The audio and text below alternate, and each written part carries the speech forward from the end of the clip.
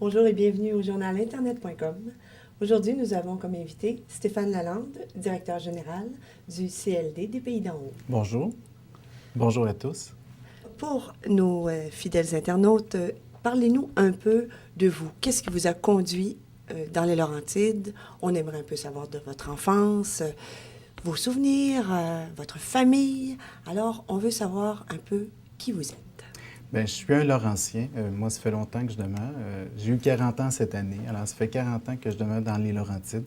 J'ai quitté les Laurentides pour mes études à l'Université de Montréal, au HEC, aux autres études commerciales. Mais à part ça, j'ai tout le temps travaillé, demeuré aussi dans les Laurentides. Je viens d'une famille agricole. Mes parents étaient agriculteurs, avaient une ferme laitière au tout début de mon enfance. Ils ont peut-être vendu les vaches et peut-être je devais avoir 10-12 ans à peu près. Puis par la suite, c'était une production dans le domaine du chou-fleur. C'est très différent de mon domaine d'activité. Mais ce que mes parents m'ont apporté, c'est qu'ils étaient très ouverts aux études, puis ils voulaient que je fasse ce que je voulais. Quel est le plus beau souvenir que vous conservez de votre tendre enfance? Bien, c'est un souvenir de travail. C'est le travail qui m'a apporté un peu toutes mes valeurs, où on doit faire des efforts pour atteindre certains résultats, pour être à l'aise dans la vie, pour pouvoir faire ce qu'on veut, puis ce qu'on aime vouloir faire. C'est un peu cette philosophie du travail. Pour ceux qui travaillent dans le domaine agricole, bien, c'est du 7 jours semaine. J'ai toujours vu mes parents travailler 7 jours semaine. Alors, moi, c'était naturel de consacrer ma vie au travail, pas essentiellement ma vie au travail, mais d'en consacrer une bonne partie de ma vie au travail. Après vos études, quel a été votre parcours? Bien, j'ai terminé mon baccalauréat en administration des affaires, concentration, gestion des ressources humaines en 90. Dès que je sortais, je pense, j'ai même pas, il n'y a même pas eu une période, là, je pense un mois où j'ai rien fait, puis c'était pendant l'été, alors je me suis amusé. J'ai travaillé en remplacement de congé de maternité pour un CLD de Mirabel, qui était une expérience intéressante en sortant de l'université pour savoir un peu ce que je peux appliquer au niveau théorique en pratique. Puis j'ai vraiment tombé dans le baril de potions magiques, là. J'ai vraiment touché au développement économique. J'ai travaillé par la suite à la ville de Mirabel, au service d'évaluation de perception. Service clientèle, je n'avais pas eu beaucoup d'expérience dans ma vie, alors c'était intéressant. Mais je suis revenu au développement économique rapidement. J'ai travaillé par la suite 6 ans à la SODET, Société de développement économique Thérèse de Blainville, en développement économique. Je suis retourné à la Banque nationale comme directeur de compte pendant 2 ans, une expérience intéressante et enrichissante, mais je suis revenu encore en développement économique. On dirait que c'est ça qui me poussait, qui me motivait le plus, là. Quel trait de caractère ça prend pour pouvoir justement déceler les besoins d'une région spécifique? Je pense que c'est d'être beaucoup à l'écoute, d'être empathique avec la région aussi, de s'impliquer dans la région. En plus d'être directeur général d'un CLD, Centre local de développement, je fais partie peut-être de 4, 5, j'exagère pas, peut-être une dizaine de comités, conseils d'administration. Et c'est en écoutant, je pense, la plus grande qualité. Il faut écouter les gens, il faut écouter leurs besoins. Il faut écouter, oui, les élus, il faut écouter les conseillers, conseillères des municipalités, mais les citoyens qui travaillent dans le milieu, les entrepreneurs, les gens qui achètent aussi dans le milieu. Alors, c'est peut-être ça, là, c'est les plus grandes qualités au niveau du développement économique, à mon avis. Parlez-nous de votre famille. Famille et les nouvelles, dans mon cas, compte tenu que ma conjointe et moi, on ne pouvait pas avoir d'enfants naturellement. On n'a pas été un petit peu plus loin sur ça. On a eu de mauvaises expériences à ce propos, mais on est allé plus vers l'adoption. L'adoption québécoise, c'est un peu compliqué. C'est même très compliqué. Alors, on est devenu famille d'accueil parce que c'est un processus au niveau du Québec qu'on doit accepter.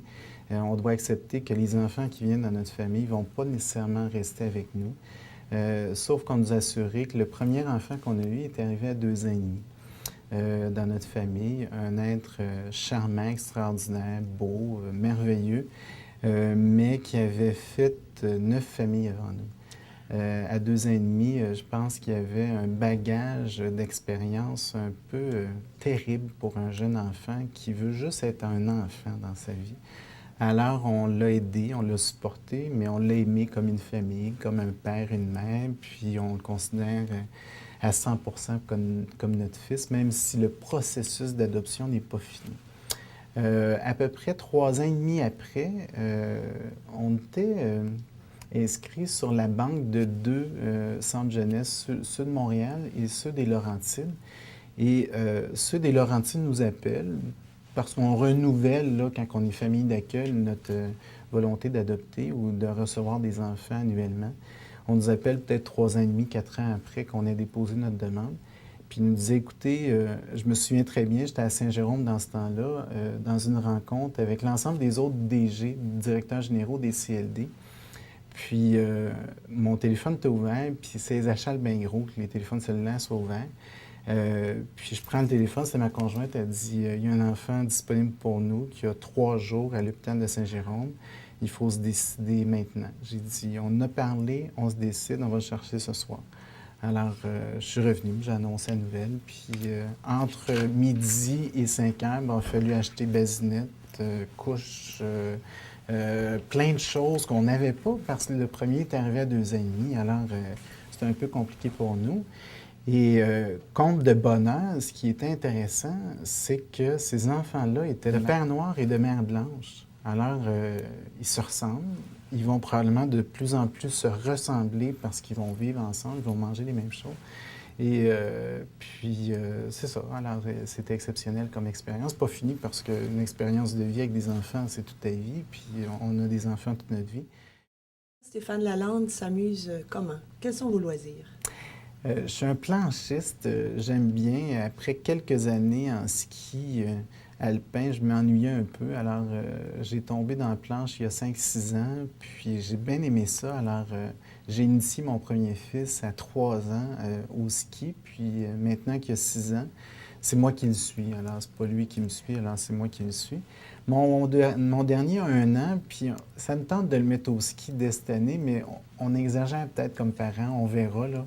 Je sais qu'il aime ça, il aime les pentes, il aime la neige, il aime porter des bottes de ski, mais qu'importe.